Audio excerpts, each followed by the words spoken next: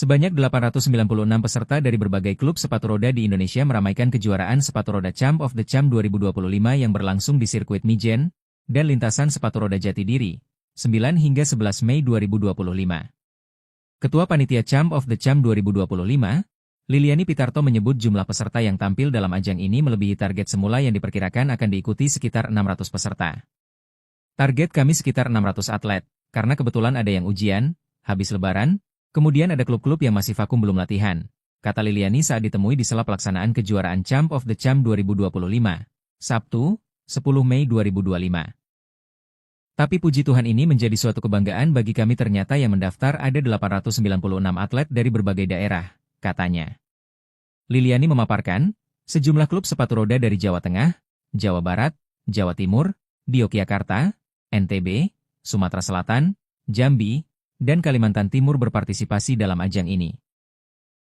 Tak hanya itu, ada satu klub asal India yang juga meramaikan event tersebut.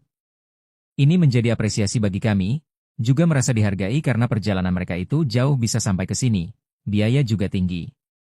Tapi mereka mengirim cukup banyak atlet, katanya. Juga kelompok bebas ada dari Puslatkab Bandung, Puslatkab Malang.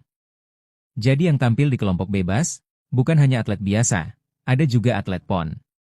Dari India ada 15 atlet dengan orang tua mereka, ungkapnya.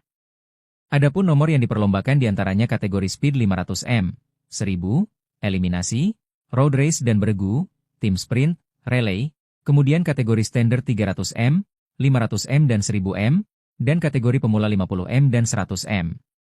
Kategori pemula untuk yang baru belajar, standar itu sudah mulai agak lancar, dan speed yang sudah terampil bersepatu roda, jelas Liliani.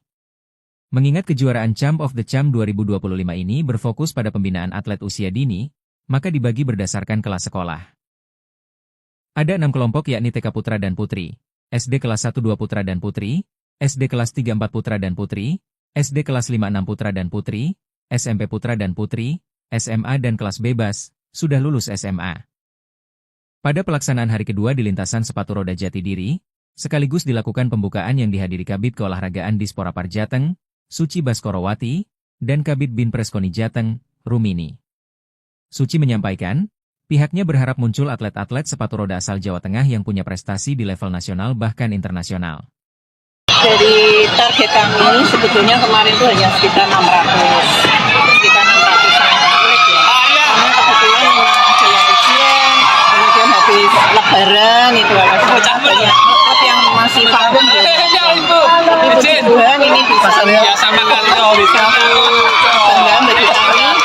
Ternyata yang mendaftar ada 896 atlet dari berbagai daerah, yaitu dari semua di Pulau Jawa, semua ada perwakilannya, Jawa Tengah, DIY, Jawa Barat, Jawa Timur, semuanya ada perwakilan.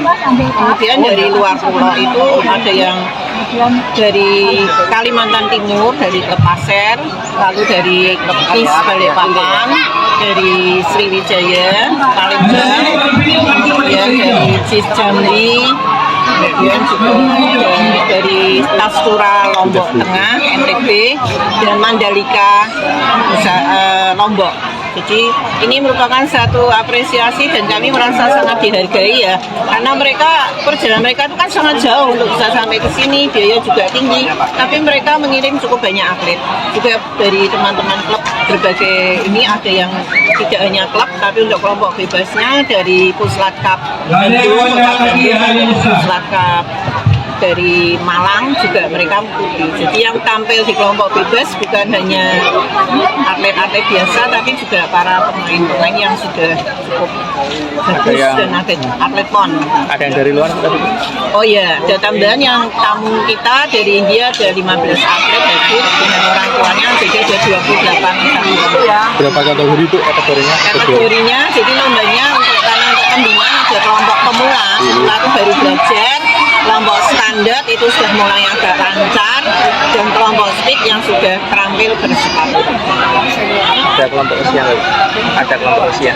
Kelompok kami bukan kelompok usia karena pelajar ya, jadi kelompok TK, SD kelas 1 dan 2, SD kelas 3 4, SD 5 6, SMP, yang standar hanya sampai SMP, yang speed ada sampai SMA dan umum. Jadi mahasiswa sudah lulus S1 itu masuknya kelompok bebas.